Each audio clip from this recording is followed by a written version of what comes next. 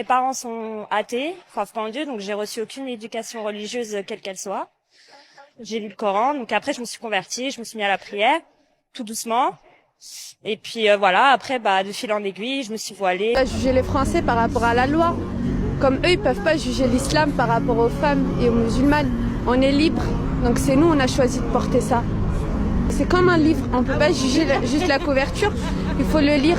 Donc on voit l'islam de l'extérieur, mais non à l'intérieur. Nous, notre religion, c'est une religion de paix. C'est pas pour faire fuir les gens, non, au contraire.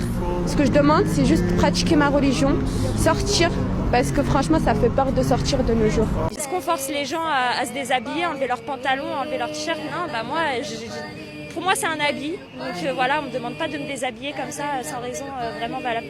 Ces femmes qui portent le voile intégral, elles me font beaucoup de peine. Honnêtement, elles me font beaucoup de peine. Pourquoi? Parce qu'elles vont se cloîtrer chez elles, sans plus sortir. Ils disent que c'est les hommes qui enferment leurs femmes chez elles, mais là c'est eux qui vont enfermer les femmes chez elles à faire cette loi que je trouve stupide. Tant qu'on satisfait Dieu, c'est ça le plus important pour nous. Le regard des autres, c'est pas le plus important. Ils seront pas là le jour qu'on va mourir. Ils seront pas là le jour de la résurrection, quand on sera tous devant notre Seigneur. Épanouie, je suis heureuse, je vis ma vie normalement comme n'importe quel individu. Tout le monde, je porte les caddies des vieilles dames dans le métro, je laisse ma place dans le métro. Mes parents je suis pas du tout une culture arabe, on me dit oui, tu mets ça parce que t'es soumise. Je suis pas mariée, donc on peut pas dire que c'est mon mari qui m'a forcé à le mettre.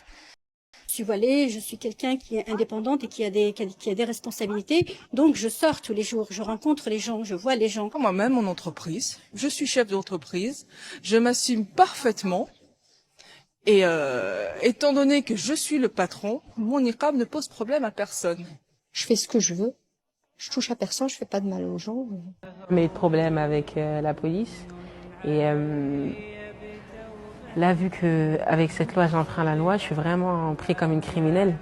Et ça fait mal, parce qu'on se dit que juste le fait de se couvrir le visage, c'est pris comme être criminel. On est des femmes embrigadées par les maris, on est illettrés. Alors ça aussi, des fois les gens ils me regardaient, presque ils me disaient comment. Je dis mais monsieur, je suis française, je parle mieux français que toi. En fait c'est pas parce que j'ai un sitab que je suis défrancisée. On met le voile intégral, c'est-à-dire que je cherche à plaire à Dieu, je cherche à m'élever dans la spiritualité. Je comprends que ça peut être déstabilisant, parce que vous voyez que mes yeux. Mais derrière ça, il y a une personne comme vous. Je suis une personne, moi j'aime rire, j'aime lire un bon livre, j'aime regarder des séries, j'aime m'intéresser à ma culture.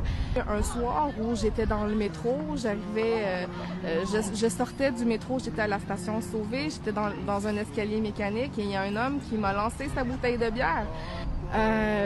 Oui, même sans des menaces directes, juste avec le fait que je suis habituée de recevoir toujours des insultes ou des commentaires désobligeants, le fait que je sorte de chez moi et que je m'expose au public, dans le fond, fait que j'ai l'impression d'être un peu comme une cible mouvante. Je me sens traquée. Je me sens constamment en danger.